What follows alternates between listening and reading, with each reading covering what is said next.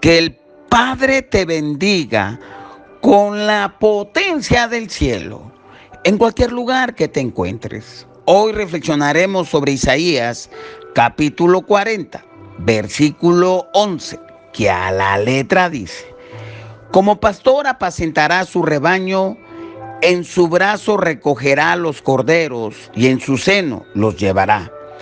Guiará con cuidado a las recién paridas. Existe el caso de ovejas que luego de dar a luz a un cordero lo rechazan. Hay muchas razones por las que la oveja, puede hacer esto. Si el cordero regresa a la oveja, la madre puede incluso patear al pobre animal. Una vez que una oveja rechaza a uno de sus corderos, nunca cambiará de opinión. Estos corderitos inclinarán la cabeza tan baja que parece que algo está mal en su cuello. Su espíritu está roto. Estos corderos se llaman los boomer lamb, huérfanos o rechazados. A menos que el pastor intervenga, ese cordero morirá rechazado y solo. Entonces, ¿sabes lo que hace el pastor? Un buen pastor.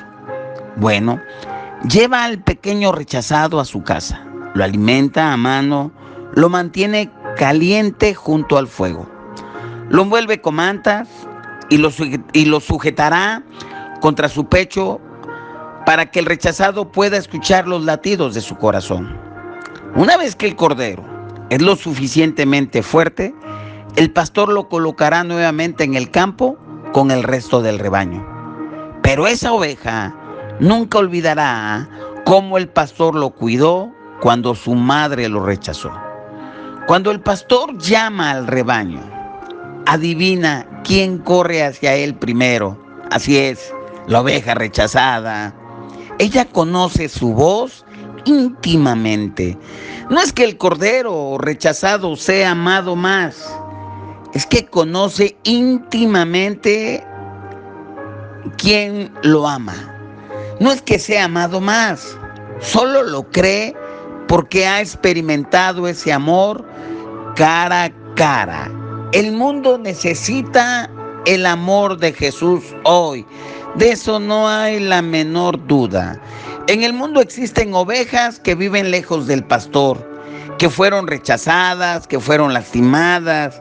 Y si esto se le suma el espíritu de orfandad, de rechazo, el daño pernicioso que el Dios con D minúscula de este mundo, el diablo, ha soltado, provocando que personas vivan vidas de sufrimiento continuo, de severas crisis emocionales que los empujan a las mazmorras oscuras de la tristeza, del miedo, de la derrota, de la angustia y de la espantosa depresión. Incluso algunos son empujados al suicidio.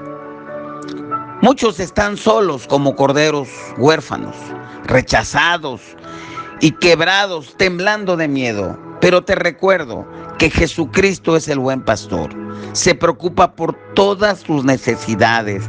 Él quiere mantenerte cerca de su corazón para que puedas escuchar su corazón latir y saber que no estás sola, que no estás solo, que Él te ama, que dio su vida por ti.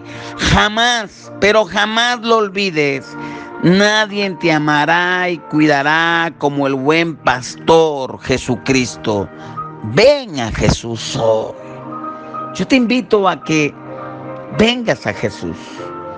Quizá estés tronado, quizá estés desesperado, estás tal vez abrumado, ya diste todo lo que hayas dado y no puedes salir. Yo te invito hoy a que regreses al buen pastor. El buen pastor Jesús dio su vida por ti, por mí. Yo quiero ministrar, pero antes de eso, yo te invito a que nos socialices, a que compartas este mensaje en tus redes sociales, en tus redes familiares, con tus amistades, con tus amigos. Compártenos, que este mensaje camine, corra por las redes sociales, que las personas se puedan enterar que hay alguien que los ama profundamente. Y ese amor es el amor de Jesús, nuestro Señor. Te invito a que nos compartas. Pues bien, continuamos. Antes de ministrar, voy a entrar a la sección Pregúntale al pastor. Híjole, sinceramente esta pregunta que me hacen es muy, muy difícil, al menos para mí. Me preguntan varias personas, son varios mensajes de diferentes partes. Voy a omitir los nombres, ¿verdad? No, a veces me dicen que por qué no los mencioné. Mejor voy a omitir los nombres, ¿verdad? Pero son de diferentes partes de la República, aún fuera son de Centroamérica, de Sudamérica, inclusive de la parte de Texas, que nos escuchan mucho, ahí nos siguen mucho en Texas, ¿verdad? Dios los bendiga muchísimo a todos de cualquier lugar. Me preguntan, son las más similares, ¿verdad? Pero es una pregunta muy difícil y me preguntan, pastor, sinceramente y honestamente, ¿cuál es la religión verdadera? No se incline a nadie, díganos la verdad. Bueno, por eso digo que es una pregunta muy, muy difícil. Bueno, lo primero que te quiero comentar, que más del 90% de la población mundial, te estoy hablando de casi 7,000 millones de personas, están adheridas, o sea, de la población total, y el 90%, te estoy hablando de más de 6,000 millones de personas, están adheridas de alguna forma a alguna religión. El problema es que hay tanta diversidad de religiones que viene la pregunta que ustedes hacen: ¿cuál es la religión correcta? ¿Cuál es la religión verdadera? Bueno, déjame explicarte rápidamente, porque te tengo que dar una respuesta en 5 minutos. Los dos ingredientes más comunes de las religiones son reglas, son rituales, y algunas de las religiones son una lista de reglas, qué hacer, qué no hacer, y si las personas las observan, pues son consideradas fieles partidarios o buenos miembros de esas religiones, y los presentan justos delante de Dios de acuerdo a esa religión. 2 ejemplos muy claros. Por ejemplo, el islamismo, los musulmanes y los judíos. El Islam tiene 5 pilares que deben ser observados por los creyentes. En cambio, el judaísmo tiene cientos de mandamientos, tradiciones que deben de ser observados. Ambas religiones, hasta cierto punto, sostienen que obedeciendo las reglas de sus religiones, una persona puede considerarse justa delante de Dios. Esos son algunos ejemplos. Otras religiones enfocan más en la observancia a rituales en lugar de la obediencia a una lista de reglas. Entonces, a través de ofrendas, a través de sacrificios, desempeñan ciertas tareas, participan de servicios, consumiendo ciertas comidas, etcétera. Entonces, de acuerdo a ese dogma, esa persona es justa delante de Dios. Y te voy a poner uno de los ejemplos más prominentes. Por ejemplo, el catolicismo romano. El catolicismo romano afirma que siendo bautizado con agua en la infancia, participas de la misa, confiesas tus pecados al sacerdote, ofreces oraciones a los santos en el cielo y a las vírgenes, eres ungido por el famoso santos óleos antes de la muerte, y hay un ritualismo muy grande. Las personas van después de la muerte al cielo, inclusive a través de los rezos los pueden sacar del purgatorio, ya no se van al infierno, si se van al cielo. Eso es lo que dice la Iglesia Católica Romana, es una religión más. Ahora, la verdadera religión, y lo voy a decir con toda la honestidad, sin cargarme a ninguna parte, la verdadera religión está basada también obviamente en reglas, en rituales, y más que nada es una relación entre la persona y Dios. 2 cosas que todas las religiones sostienen, que de alguna manera la humanidad está separada de Dios y que necesita ser reconciliada. Sí, todas. Ahora, las religiones falsas buscan resolver ese problema mediante reglas, ritualismos que deben de ser observadas, y la verdadera religión resuelve el problema mediante el reconocimiento de que existe un solo Dios que puede restablecer esa separación y que Él ya lo ha hecho. Esa es la verdadera religión, que reconoce lo siguiente. Es decir, la verdadera religión reconoce que hay un problema de una separación entre Dios y el hombre, y que el mismo Dios, que hay un solo Dios, Él puso ese medio para que el hombre se acercara. Entonces, la verdadera religión reconoce que todos hemos pecado y por tanto estamos separados de Dios, de acuerdo a Romanos 3:23.